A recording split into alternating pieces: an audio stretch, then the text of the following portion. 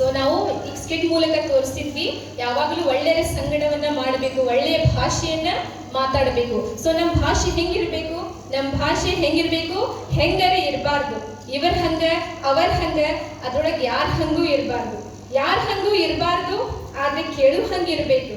ಮಾತನಾಗ ಮಾತಿರ್ಬೇಕು, ಮಾತನಾಗ ಆತಿರ್ಬೇಕು, ಮಾತನಾಗ ರೀತಿ ಇರಬೇಕು, ಮಾತನಾಗ ರೀತಿ ಇರಬೇಕು, ಮಾತನಾಗ ಪ್ರೀತಿ ಇರಬೇಕು, ಭೀತಿ ಇರಬೇಕು, ಉದ್ದೇಶ ಆದೇಶ ಉಪದೇಶ ಸಂದೇಶ ಇರಬೇಕು, ಮಾತನಾಗ ತೂಕ ಇರಬೇಕು, ಇಲ್ಲ ಅಂದ್ರ ಸುಮ್ಮನ ಕುಂತಿರ್ಬೇಕು, ಮಾತನಾಗ ಸಾಧನೆ ಇರಬೇಕು, ಆದ್ರೆ ಮಾತೇ ಸಾಧನೆ ಆಗಬಾರ್ದು. ಮಾತಿನಲ್ಲಿ ವೇಗ ಇರಬೇಕು, ಆದ್ರೆ ಉದ್ವೇಗ ಇರಬಾರ್ದು. ಮಾತಿನಲ್ಲಿ ಮಗುವಿನ ನಗೆ ಇರಬೇಕು, ಆದ್ರೆ ಹಗೆ ಇರಬಾರ್ದು.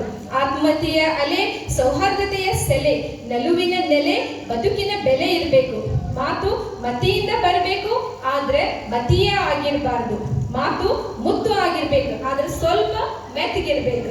ಮಾತು ಮಿತವಾಗಿರ್ಬೇಕು, ಎಲ್ಲರಿಗೂ ಹಿತವಾಗಿರ್ಬೇಕು. ಸೊ ನಾವು ಇದನ್ನೇನು ಸ್ಕಿಟಿಂಗ್ ಮುಖಾಂತರ ತೋರಿಸಿದ್ವಲ್ಲ, ಅದು ನಿಮ್ಗೆ ಅರ್ಥ ಆಗಿದೆ ಅನ್ಕೊಳ್ತೀವಿ. ಒಳ್ಳೆಯ ಸಂಗತಿಯನ್ನ ಮಾಡ್ರಿ, ಒಳ್ಳೆಯ ಭಾಷೆಯನ್ನ ಮಾತಾಡ್ರಿ, ಒಳ್ಳೆಯ ವ್ಯಕ್ತಿತ್ವವನ್ನ ರೂಪಿಸ್ಕೊಳ್ಳಿ. Thank you.